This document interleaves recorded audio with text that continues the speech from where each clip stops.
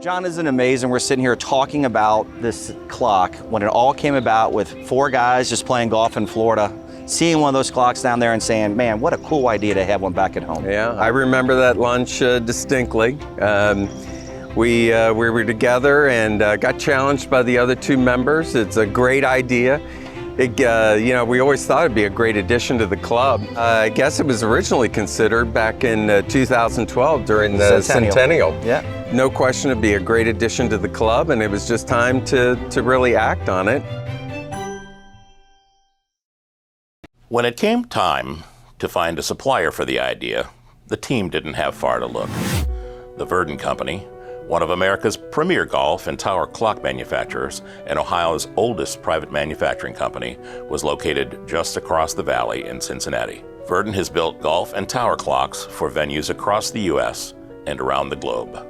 Verdin prides itself on design balancing setting and customer need, unparalleled quality, and exceptional customer service, honed through 7 generations of privately held family leadership.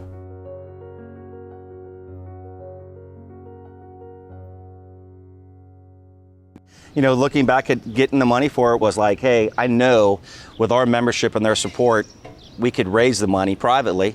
Some didn't think it might be possible, but we sent it out to our golf group, knew right away this thing had legs, and then from there, wow. Yeah, I guess in total we have over 200 members and families that participated in that, over $156,000 to fund the project, and it went beyond just the clock. Our initial funding was just for the clock, but then we developed the additional funds to light the signature tree, and then the pavers through the portico, and that whole beautification around the first tee. It's turned out great. It's going to be a great addition for generations to enjoy. Yeah, I think it really represents the essence of what Western Hills is all about. As a community, bonds together and in our most meaningful moments. I think that's the essence of Western Hills Country Club. I couldn't agree more. This was the easy part. For a number of years, our one club-sponsored nonprofit event has been the First Responders Outing, originally organized by member and multiple-decade firefighter Dave Carnicelli. Over time, we've learned that even among our active membership, we have over 70 current and former military, first responders, and frontline medical personnel. Here are just a few sharing thoughts on their roles in service to others. If I'm asked, what is a first responder? I think it's an individual that wants to be there when someone has a significant problem, be it a police officer or a fireman or a paramedic or emergency physician, emergency nurse.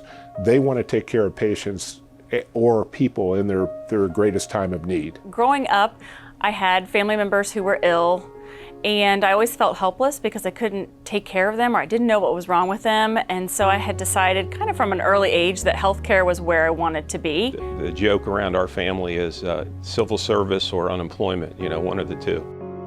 Since no one in my family had ever been in the military, I didn't know what my dad would think of me joining the military. And when I told my dad, he was so proud and so wowed that I think really that's the first time I ever wowed him in my life and surprised him. My dad was good friends with a lot of the officers that would, in those days, walk the beat. One of the most profound was Ace Amon, who was a member here, since passed away. If it wouldn't have been for him, I'm positive my life would have taken a much different path.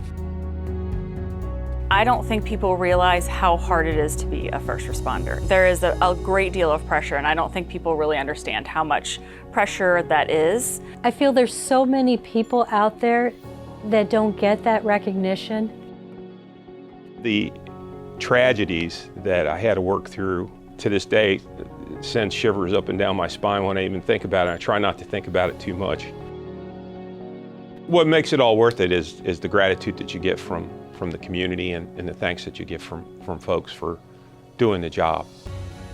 And it gets back to why I went into medicine to begin with taking care of people, which makes medicine very, very rewarding. To know that you made a difference in someone's life, that's why you go into nursing. So, when someone says thank you for your service, it really does mean a lot.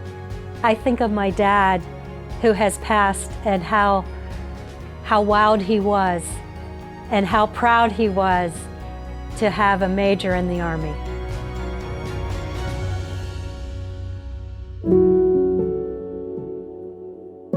The project was brought to life just before the 2021 member guest, with the clock, installation, and oak tree base lighting, and it stands today to welcome golfers, guests, and all patrons of the outside patio and entertainment areas. The project is currently being enhanced with further transformation of our patio deck, which will include expanded seating and fire pit features. And dedicated to our membership's military veterans and first responders became a reality. To our veterans, first responders, and frontline medical practitioners, past, present, and for now, and in the many years to come, we thank you for your service. As I was walking down the street one